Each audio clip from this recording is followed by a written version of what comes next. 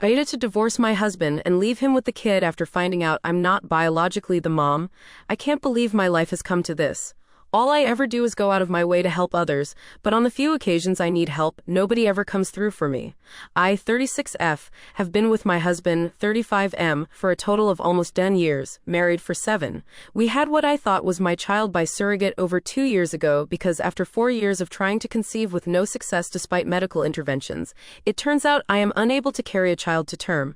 I had always wanted to be a mom. Devastated is an understatement regarding how I felt when I found out I have a medical condition that would make it nearly impossible to carry a baby to term. It was even more upsetting when I had to get a major surgery to remove uterine growths with the hope to increase fertility, and complications during surgery warranted a partial hysterectomy involving removal of my uterus only. I still had my ovaries, so we started looking into cost of a surrogate. It is really expensive. My close friend since college who'd already had 2 kids of her own offered to serve as the surrogate for us to cut down on costs. After 2 disappointing IVF sessions that did not result in pregnancy, she became pregnant on the 3rd try and carried a boy to term for us. I was so happy and busy after the birth between being a mom and returning to work after a 4-week parental leave, so I didn't notice any warning signs. I should have noticed the red flags and warning signs early on, but did not because I was so exhausted from working so much at my stressful job and 2 part-time jobs to cover most of the bills and anticipated medical and legal costs associated with this friend becoming our surrogate. I was the primary breadwinner. My friend and my husband started talking more, and I would sometimes come home from my weekend job to find her already hanging out at our house when my husband was there. I chalked it up as innocuous, and it's good for her to know my husband better, since she was in the process of hopefully carrying our child for us. I was grateful to have someone helping us have a child. I also thought it weird that our son has brown eyes when both of us have blue. Then I found out that while this is uncommon, it's possible sometimes due to many genes controlling eye color.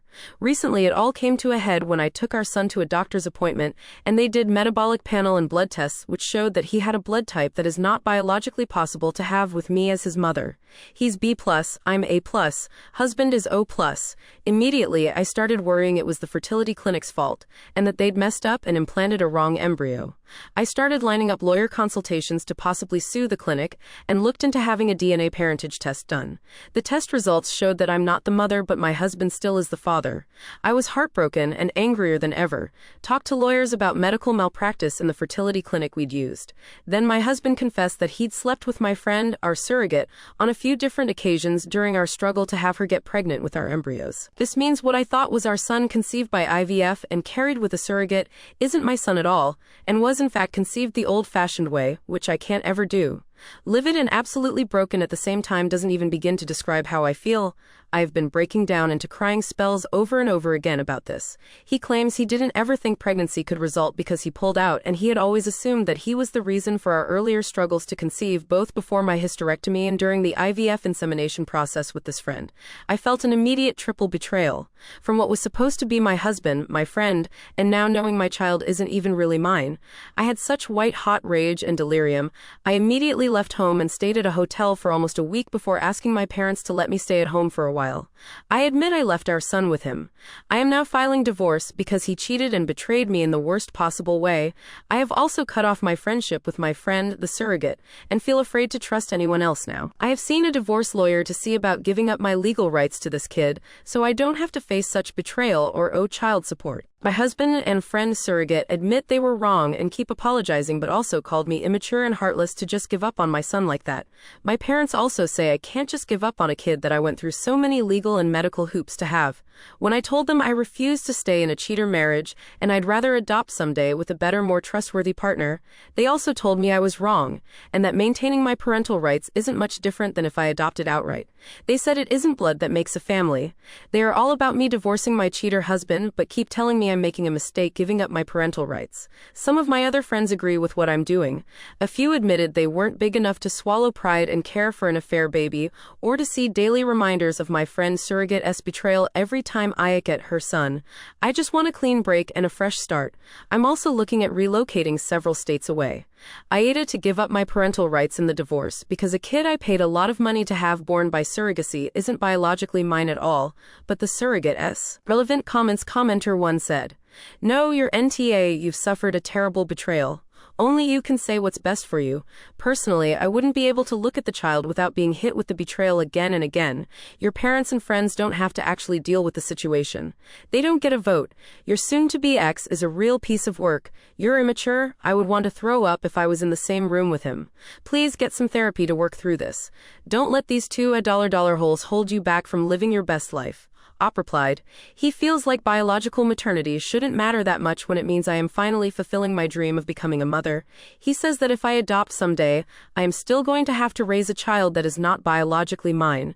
He has reminded me about what a depressive wreck I was during the infertility, the aftermath of my partial hysterectomy, and how I put him through the ringer because I was obsessed with wanting to have a child. He claims that I pushed him away with my baby obsession, and he couldn't deal with me anymore, and that's why he started spraying the way he did.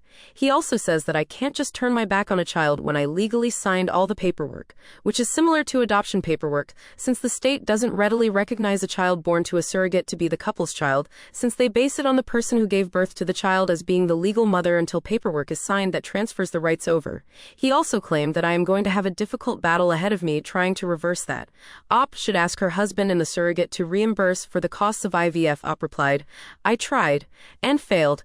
The doctor and clinic I complained to said the IVF costs were associated with the formation and storage of embryos, and the procedures associated with the insemination, not the outcome.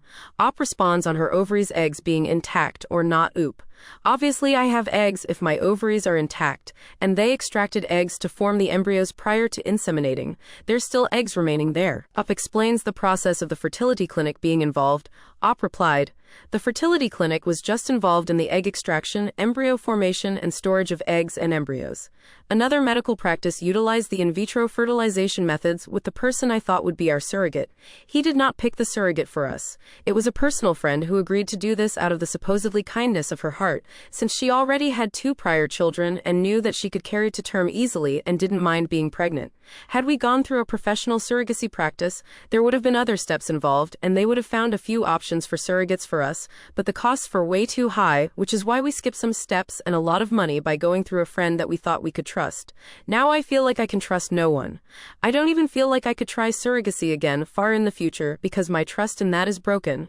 Commenter 2 said, NTA, one of the things that gets me is that you were working extra jobs to pay for the surrogacy, which I am assuming included her medical bills, and financially supporting her. I would speak to a solicitor about suing her for your money back. She knew that if she was having sex, then there was always a chance that the child was biologically hers.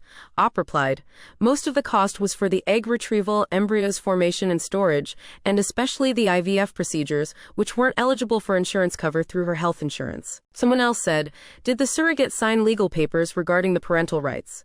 Op replied, the only paperwork that was legally drafted was for her transferring over the parental rights to us, much like an adoption in the event that there is already a mutual off-the-books agreement to adopt from someone already personally known. We were trying to do it as cheap as possible because we don't make much money and the costs that couldn't be avoided were sky-high enough to the point I took out loans from the bank and then picked up 2 part-time jobs on the side to pay toward these loans. Update, I'm low on time right now but will be posting a separate update post later. I'm not staying and I'm not caring for him anymore. I was not even offered a choice in the matter at all, which is why I've kept telling myself I shouldn't want to compare myself to men in a similar type of parentage situation, and have kept myself aloof toward the boy I thought was mine. I have no legal rights anymore no matter what because she fought to get her son back. I'm actually a lot more upset about losing this child than I presented in my post, and I'm realizing more and more with each passing day. The choice wasn't mine and I lost. I posted that I wouldn't want to be the sucker raising someone else's kid as more of a cope than anything.